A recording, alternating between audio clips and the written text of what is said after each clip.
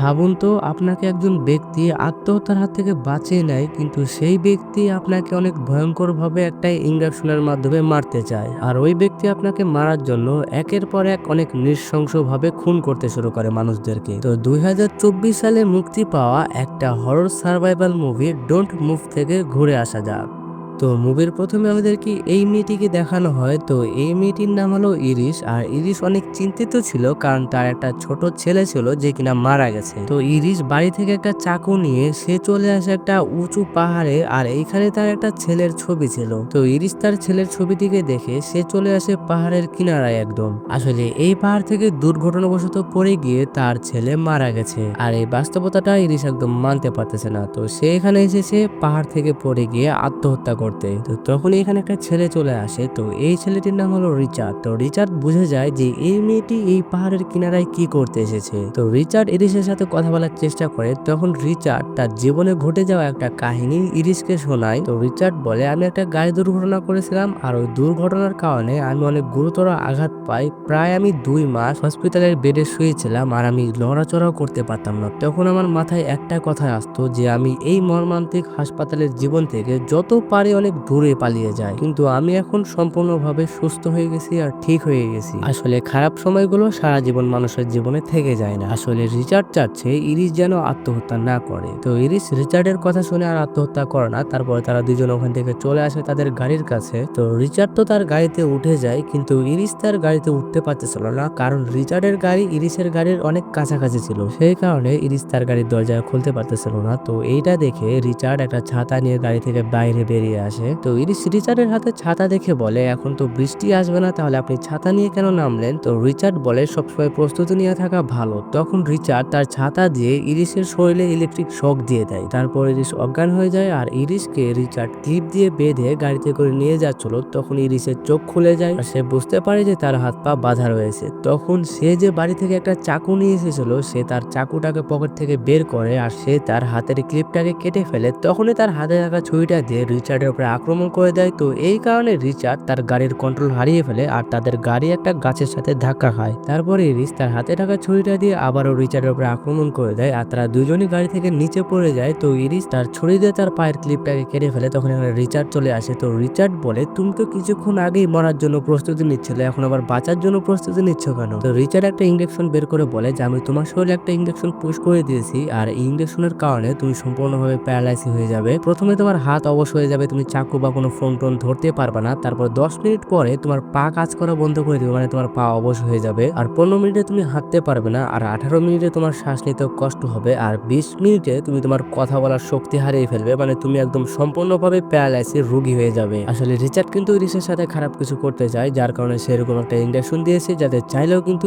Irish রিচার্ডের উপরে কোনো আক্রমণ না করতে পারে। তো এইসব কথা শুনে ইরিশ ওখান থেকে পালাতে শুরু করে জঙ্গল পথে। তো তার পিছু পিছু কিন্তু রিচার্ডও তাকে ধরতে আসে। তো ইরিশ পালাতে পালাতে এক জায়গায় দাঁড়িয়ে পড়ে, আর সে বুঝতে পারে যে তার হাত অবশ হয়ে আসছে। তখন ইরিশ তার ঘড়িতে একটা 20 মিনিটের টাইমার সেট করে দেয়। তারপর সে আবারও পালাতে শুরু করে। তো সে পালাতে পালাতে তার একটা পায়ে কিন্তু অবশ হয়ে যায়, মানে তার পা কিন্তু আস্তে আস্তে কাজ করা বন্ধ করে দিচ্ছে। তারপরে সে ন্যাংরাতে ন্যাংরাতে পালাতে শুরু করে। তারপরে সে বুঝতে পারে যে তার পা, মানে দুটো পায়ে একদম সম্পূর্ণভাবে প্যারালাইসিস হয়ে গেছে। তখন ইরিশ বুঝতে পারে যে রিচার্ড তার আশেপাশে আছে। তারপরে ইরিশ একটা জায়গায় লুকিয়ে পড়ে। তো এই জায়গায় অনেক পরিমাণের পিঁপড়া ছিল। তো ইরিশ যদি এই পিঁপড়ার কামড়ের হাত থেকে বাঁচতে যদি বাইরে চলে আসে, তাহলে কিন্তু রিচার্ডের হাতে ধরা পড়ে যাবে। তো ইরিশ ওই পিঁপড়ার কামড় খেতে খেতে ওইখানেই থেকে যায়, আর কিছুক্ষণ পরে রিচার্ড ওখান থেকে দৌড়ে চলে আসে। তো ইরিশ দেখতে পায় যে তার দিকে আরো অনেক পিঁপড়া আসছে। তখন ওখান থেকে সে চিৎকার করে বাইরে চলে আসে, আর তার চিৎকারের শব্দ কিন্তু রিচার্ড শুনে ফেলে। তখন ইরিশ ছ্যাঁচড়াতে ছ্যাঁচড়াতে একটা নদীতে নেমে পড়ে, কারণ সে কিন্তু এখন চাইলেও সে পায়ে হাঁটতে পারবে না। তো রিচার্ড নদীর কাছে এসে ইরিশকে বলে যে তুমি যে এই নদীতে লাফ দিলে, তুমি তো এখন সাঁতারও কাটতে পারবে না। তো ইরিশ ভাসতে ভাসতে নদী পথে যেতে শুরু করে। তখন ইরিশের সামনে অনেক বড় বড় পাথর চলে আসে, মানে নদীটা এখন অনেক ভয়ঙ্কর রূপ ধারণ করেছে। আর ইরিশ তখন ওই পাথরের ধাক্কা খেতে খেতে আর চুবনি খেতে খেতে ওই পাথর তো পার করে নেয়। তখন ইরিশ বুঝতে পারে যে কাছেই অনেক বড় একটা ঝর্ণা রয়েছে, আর সে যদি ভাসতে ভাসতে ওই ঝর্ণা দিয়ে পড়ে তাহলে সে এমনিতেই মারা যাবে। তখন ইরিশ একটা গাছের ডালকে জড়িয়ে ধরে নেয়, আর সে অনেক কষ্ট করে নদী থেকে উপরে উঠতে শুরু করে সে তখন তার ঘড়িতে দেখতে পায় যে আর মাত্র 2 মিনিট বাকি রয়েছে। তো সে তো উপরে চলে আসে, তখনই ইরিশের শ্বাস নিতে অনেক কষ্ট হয় আর ঘড়ির যে 2 মিনিট ছিল ওইটাও শেষ হয়ে যায়, মানে 20 মিনিট কমপ্লিট হয়ে গেছে আর ইরিশ এখন সম্পূর্ণভাবেই প্যারালাইসিসের একটা রোগী হয়ে গেছে। তো তখন একটা বয়স্ক লোক ইরিশকে দেখতে পায়। তো এই বয়স্ক লোকটির নাম হলো বিল। তো বিল ইরিশের সাথে কথা বলার চেষ্টা করে, কিন্তু ইরিশ বিলের কোনো কথার উত্তরই দিতে পারে না। তো ইরিশ বিলকে তার চোখের ইশারাতে বোঝাচ্ছিল। তো এই ব্যাপারটা বিলও বুঝে যায়। তো ইরিশ যদি দুইটা চোখের পলক ফেলে তাহলে ওইটা হবে না, আর যদি একটা চোখের পলক ফেলে তাহলে হবে ওইটা হ্যাঁ। তো বিল ইরিশকে জিজ্ঞেস করে যে তুমি কি কথা বলতে পারবে বা নড়াচড়া করতে পারবে। তখন ইরিশ দুইটা চোখের পলক ফেলে বিলকে বোঝায় যে না। তো বিল বুঝে যায় যে এই মেয়েটি কথা শুনতে পারবে আর শুধু দেখতে পারবে, কিন্তু কোনো কথার উত্তর দিতে পারবে না। তো বিল ইরিশকে জিজ্ঞেস করে তুমি কোনো ব্যথা পেয়েছো নাকি। তো ইরিশ বোঝায় যে আমি কোনো ব্যথা পাইনি। তো বিল ইরিশকে বলে আমি পুলিশকে কল দিয়ে তোমাকে এখান থেকে নিয়ে যেয়ে সাহায্য করার জন্য বলতেছি। তারপরে বিল ইরিশকে একটা ট্রলিতে করে তার বাড়িতে নিয়ে যায়। বাড়িতে এনে বিল ইরিশকে বলে যে একটা ব্যাপার আমি বুঝতে পারলাম যে তোমার সাথে কোনো একটা খারাপ কিছু হয়েছে। তখনই বিলের বাড়ির দরজা থেকে ঠক ঠক হয়। তো ইরিশ বুঝতে পেরে যায় হয়তোবা এখানে রিচার্ড এসেছে, আর ইরিশ তার চোখের বারবার পলক ফেলে বিলকে বোঝায় যাতে সে দরজাটা না খোলে। তো বিল দরজাটা যখন খোলে তখন এখানে আমরা দেখতে পাই যে রিচার্ড চলে এসেছে। তো রিচার্ড বিলের সাথে মিথ্যা অভিনয় করে আর সে বিলকে বলে যে আমাদের গাড়ি অ্যাক্সিডেন্ট হয়েছে আর আমি যখন সাহায্যের জন্য বাইরে গেছিলাম, আমি কোনো সাহায্য না পেয়ে যখন আমার গাড়ির কাছে ফিরে আসি তখন আমি দেখতে পাই যে আমার স্ত্রী সেই গাড়িতে ছিল না। আপনি কি আমার স্ত্রীকে কোথাও দেখেছেন। তো বিল রিচার্ডকে বলে যে তুমি বাইরেই থাকো, আমি পুলিশকে ফোন দিতেছি যাতে তোমাকে সাহায্য করতে পারে। তখন বিল যখন পুলিশকে ফোন দিতে তার টেলিফোনটা নেয়, সে পিছন ফিরে দেখতে পায় যে তার বাড়ির ভিতরে রিচার্ড ঢুকে গেছে। তো রিচার্ডকে দেখে বিল বলে আমি তো তোমাকে বাইরে থাকতে বলেছিলাম আর তুমি এইভাবে কেন ভিতরে আসলে, আর যদি তোমার সাহায্য দরকারি হয় তাহলে তুমি বাইরে যাও, নাহলে তোমাকে আমি সাহায্য করবো না। তো রিচার্ড বাড়ির ভিতরে এসে ইরিশকে খুঁজতে শুরু করে। তো বিল কিন্তু দরজা খোলার আগে ইরিশকে এক জায়গায় লুকিয়ে রেখে দিয়েছে। তো বিল রিচার্ডকে বলে তুমি যদি এখন বাড়ি থেকে না বের হও তাহলে কিন্তু আমি পুলিশকে ডাকবো এখানে। তখন রিচার্ড মিথ্যে কান্নার অভিনয় করে। তো এটা দেখে বিল আর পুলিশকে ফোন করে না। তো বিল রিচার্ডের নাম জিজ্ঞেস করে, তখন রিচার্ড তার নাম পরিচয় দেয় যে আমার নাম হলো অ্যান্ড্রিও। তো রিচার্ড বলে আমার স্ত্রীর একটা মেন্টালি প্রবলেম আছে, সে মাঝে মাঝে একটা প্যারালাইসিস রোগী হয়ে যায় আর আমি এই কারণে পুলিশের কাছে সাহায্য চাচ্ছি না, কারণ তারা যদি এসে আমার স্ত্রীকে এরকম মেন্টালি প্রবলেম দেখে তাহলে তারা তাদের সাথে আমার স্ত্রীকে নিয়ে চলে যাবে, আর আমি আমার স্ত্রীকে হারাতে চাই না, আর আমি আমার স্ত্রীকে অনেক ভালোবাসি। আর তখন আমরা দেখতে পাই ইরিশকে রিচার্ড যে সোফাতে বসে রয়েছে তার পিছনেই কিন্তু বিল তাকে লুকিয়ে রেখেছে। তো রিচার্ড বিলের কাছ থেকে টেলিফোনটা চায় আর তাকে বলে যে আমার ফোনটা আমি হারিয়ে ফেলেছি। তো বিল তখন রিচার্ডকে বলে যে আমি তোমার কাছ থেকে একটা কথা লুকিয়েছি। তো তখনই রিচার্ডের পকেটে থাকা ফোনটা বেজে ওঠে। তো তখন বিল বলে যে তুমি তো বললে তোমার ফোনটাকে হারিয়ে ফেলেছো। তো তখন আর বুঝতে বাকি থাকে না বিলে যে এতক্ষণ যেসব কথাগুলো বললো সবগুলো মিথ্যে বলেছে। তো রিচার্ড বিলকে বলে যে কোথায় ওকে লুকিয়ে রেখেছো তাড়াতাড়ি আমাকে দেখিয়ে দাও। তো বিল বলে যে আমি তোমাকে দেখিয়ে দিচ্ছি আর তোমরা দুজন এখান থেকে চলে যাও, আমি কাউকে কিছুই বলবো না এই ব্যাপারে। তো রিচার্ড এসে বিলের কাছ থেকে টেলিফোনটা নিয়ে নেয় যাতে সে পুলিশকে না ফোন করতে পারে। তো বিল তো তাকে টেলিফোন দিয়ে দেয়, কিন্তু ধাক্কা মেরে তার উপর একটা আলমারি ফেলে দেয়। তারপরে বিল টেলিফোনটাকে নিয়ে পুলিশের কাছে ফোন দিয়ে বলে যে আমার বাড়িতে একটা অপরিচিত লোক ঢুকে গেছে আর আমার ধারণা সে আমার কোনো ক্ষতি করে দিবে। তখনই রিচার্ড উঠে গিয়ে বিলের উপরে আক্রমণ করে দেয়, কিন্তু বিল উল্টো রিচার্ডকে অনেক পিটাতে শুরু করে। তো বিল রিচার্ডকে মারতে মারতে এক জায়গায় ফেলে দেয়। তো তখন রিচার্ড তার হাতের নাগালে একটা ছুরি পেয়ে যায়, আর ওই ছুরিটা রিচার্ড সুযোগ পেয়ে বিলের একদম পায়ের ভিতরে ঢুকিয়ে দেয়। আর এইদিকে ইরিশ আস্তে আস্তে তার হাতগুলো নড়াতে পারছে, মানে সে প্যারালাইসিস থেকে একটু একটু মুক্তি পাচ্ছে। আসলে ইরিশের শরীরে একটা ভ্যাকসিন দেওয়া হয়েছিল আর ওই ভ্যাকসিনটার পাওয়ার আস্তে আস্তে এখন কমে যাচ্ছে। তো বিল তারপরে রিচার্ডকে অনেক মারতে শুরু করে। তো রিচার্ড একটা সুযোগ পেয়ে বিলের একদম বুকের ভিতরে ছুরি ঢুকিয়ে বিলকে একদম মেরে ফেলে। তারপরে রিচার্ড ইরিশকে খুঁজতে শুরু করে। তো সে কোথাও খুঁজে পায় না। তারপরে পেট্রোল পুরো বাড়িতে ছড়িয়ে দেয় আর সে আগুন ধরিয়ে বাড়ির বাইরে চলে যায়। তো এইটা দেখে ইরিশ কিন্তু একদম প্রচুর ভয় পেয়ে যায়। তো তখন ইরিশ তার হাতের কাছে একটা দড়ি দেখতে পায়। তো এই দড়িটা হলো জানলা বন্ধ করা আর জানলা খোলার। ইরিশ ওই দড়িটা ধরে টানতে শুরু করে, তখন জানালা বন্ধ হচ্ছিল আবার জানালা খুলতেছিল। তো বাইরে থেকে এইটা আবার দেখে ফেলে রিচার্ড। তো রিচার্ড বুঝে যায় যে বাড়ির ভিতরে কেউ একজন রয়েছে। তো সে বাড়িতে এসে ইরিশকে খুঁজে পেয়ে যায় আর সে ইরিশকে গাড়িতে নিয়ে চলে আসে।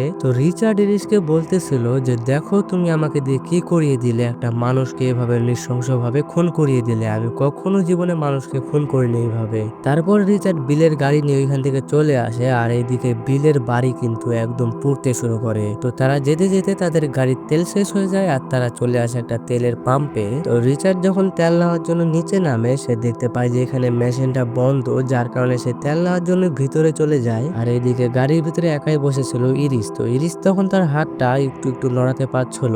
তো তখন ইরিসের কাছে একটা বাচ্চা ছেলে এসে ইরিসের সাথে কথা বলার চেষ্টা করে। তখন ওই বাচ্চা ছেলেটির মা এসে অদ্ভুত ভাবে ইরিসকে দেখতেছিল। তো তখন তার ছেলেকে সে ওখান থেকে নিয়ে চলে যায়। তো রিচার্ডও চলে আসে। তো রিচার্ডরা যখন ওই তেল পাম্প থেকে বের হচ্ছিল তখন ওই বাচ্চার মাটি অদ্ভুত রকম একটা সন্দেহ করে ইরিসকে দেখে। তো রিচার্ডরা চলে আসে, তাদের গাড়ি যেখানে অ্যাক্সিডেন্ট হয়েছিল ওই গাড়ির ওইখানে তারা চলে আসে। আর রিচার্ড তার গাড়ির ভিতর থেকে ওই ইঞ্জেকশনটা আর কিছু ক্লিপ এই গাড়িতে নিয়ে চলে আসে। তারপরে সে তার অ্যাক্সিডেন্ট করা গাড়িটাকে বাঁধতেছিল যাতে ওই গাড়িটাকে এই গাড়িতে টেনে যাতে বের করানো যায়। তখন ইরিস লুকিং গ্লাসে দেখতে পায় যে এখানে একটা পুলিশের গাড়ি আসতেছে। তো এইটা দেখে ইরিস একটা বাঁচার আশা খুঁজে পায়। তো পুলিশ এসে ইরিসের সাথে কথা বলার চেষ্টা করে। তো ইরিস কোনো কথাই বলে না। তো তারপরে রিচার্ডের সাথে কথা বলে পুলিশ। তো পুলিশ রিচার্ডকে জিজ্ঞেস করে যে গাড়িতে থাকা মহিলাটি আপনার কে হয়। তো রিচার্ড তাকে পরিচয় দেয় যে ওটা আমার স্ত্রী হয়, আর সে মদ খেয়ে গাড়ি চালাচ্ছিল যার কারণে সে এরকম একটা অ্যাক্সিডেন্ট করেছে, আর আমি তার গাড়ির অ্যাক্সিডেন্ট হওয়ার খবর শুনে এখানে তাকে বাঁচাতে এসেছি। তো ওই পুলিশটি তখন রিচার্ডকে বলে আপনারা তো দুইজনই পেট্রোল পাম্পে ছিলেন। আসলে এই পুলিশটাকে খবর দিয়েছে ওই বাচ্চা ছেলেটির মা, সে রিচার্ডদেরকে দেখে সন্দেহ করেছিল। তো পুলিশটি তখন রিচার্ডকে বলে আপনি বলতেছেন যে আপনি আপনার স্ত্রীর সাথে ছিলেন না গাড়ি অ্যাক্সিডেন্টের সময়, তাহলে আপনি আপনার মাথায় ব্যথা কিভাবে পেয়েছেন। তো তখন পুলিশটির আরো বেশি সন্দেহ বেড়ে যায়। তো এদিকে ইরিসের আস্তে আস্তে হাতটা কাজ করতেছিল, তখন সে দরজার জানালার কাজটাকে নিচে নামিয়ে দেয় আর সে পুলিশটাকে বলতে যায় আমাকে সাহায্য করুন। তখন পুলিশটি দেখতে পায় যে তাদের গাড়ির ভিতরে একটা ভ্যাকসিনের ইঞ্জেকশন রয়েছে। তখন আর পুলিশটার বুঝতে বাকি থাকে না। তো পুলিশটি রিচার্ডের উপরে অ্যাকশন নেওয়ার আগে রিচার্ড পুলিশটির উপরে আক্রমণ করে দেয়, আর রিচার্ড পুলিশটিকে অনেক নৃশংসভাবে মেরে ফেলে। আর পুলিশটির গান সে তার নিজের কাছে রেখে দেয় আর পুলিশটিকে পুলিশের গাড়িতে রেখে দিয়ে পুলিশটির গাড়িতে পেট্রোল দিয়ে পুলিশটিকে সহ ওই গাড়িটাকে পুড়িয়ে তারা ওইখান থেকে চলে আসে। তো এইদিকে ইরিস সে আস্তে আস্তে এখন কথা বলতে পারতেছে। তো ইরিস তখন রিচার্ডকে জিজ্ঞেস করে যে তুমি এরকম মানসিকতা তুমি যখন ওই হাসপাতালের বেডে শুয়েছিলে তখন থেকে পেয়েছো নাকি। তো রিচার্ড এই বিষয়ে কিছুই বলে না। তো রিচার্ড তাকে নিয়ে চলে আসে একটা নদীর কিনারায়, আর রিচার্ড ইরিসকে বলে তুমি যদি আজকে এরকম বিহেভ না করতা তাহলে আজকে দুইজন এইভাবে শুধু শুধু মারা যেত না, আর আমরাও একটা আজকে ভালো একটা সময় কাটাতাম। তো যাই হোক তোমাকে আজকে এই নদীর ভিতরে তোমাকে ফেলে দেবো আর তুমি মাছেদের সাথে আজকে ভালো সময় কাটাবা। তখনই ইরিস রিচার্ডের পায়ে ওই ইঞ্জেকশনটা ঢুকিয়ে দেয় যে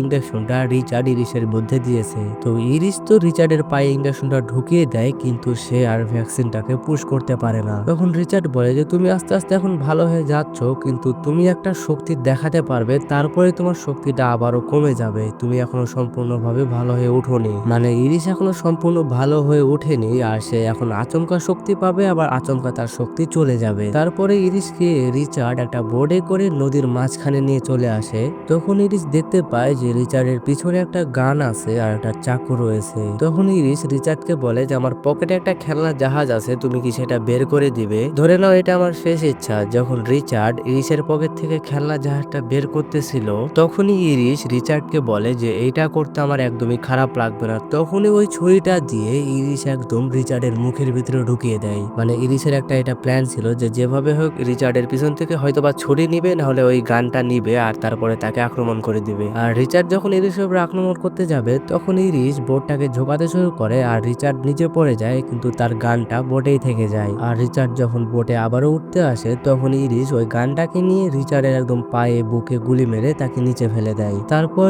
ইরিস একটা শান্তির একটা নিঃশ্বাস নেয়। তো তার কিছুক্ষণ পরে আবার তার শান্তির নিঃশ্বাসটাই যেন একটা অশান্তি হয়ে যায়। তো তার বোটে আস্তে আস্তে পানি ঢুকতে শুরু করে আর দেখতে দেখতে তার বোটে একদম সম্পূর্ণভাবে পানি ঢুকে যায় আর ইরিস একদম পানির তলায় তলিয়ে যায়। তারপরে আমরা দেখতে পাই যে ইরিস অনেক কষ্ট করে সাঁতার কাটতে কাটতে ওপরে আসে। আসলে ইরিসের কিন্তু হাত বাঁধা ছিল, পা বাঁধা ছিল না, যার কারণে সে কিন্তু পায়ের মাধ্যমে সাঁতার কাটতে পেরেছে। তারপরে ইরিস দূরে দেখতে পায় যে রিচার্ডও কিনারায় উঠে এসেছে। তারপরে ইরিস রিচার্ডের কাছে চলে যায় আর ইরিস এসে দেখতে পায় যে রিচার্ড আর কিছুক্ষণের মধ্যেই মারা যাবে। তারপরে ইরিস রিচার্ডকে ধন্যবাদ জানিয়ে ওইখান থেকে চলে যায়। আসলে ধন্যবাদ জানানোর কারণটা হলো ইরিস তার জীবনের মূল্যটা এখন বুঝতে পেরেছে যে জীবন কতটা দামি। তো আজকের মুভি এক্সপ্লেন এই পর্যন্তই। আশা করি আপনাদের ভালো লেগেছে। যদি ভালো লেগে থাকে তাহলে অবশ্যই একটা লাইক এন্ড সাবস্ক্রাইব করবেন, কারণ আপনাদের আপনাদের একটা লাইক অ্যান্ড সাবস্ক্রাইব আমাকে অনেক বড় মনোবল শক্তি দিবে এরকম মুভি এক্সপ্লেন করার জন্য। তো ওকে everyone, will be fine waiting for next explain.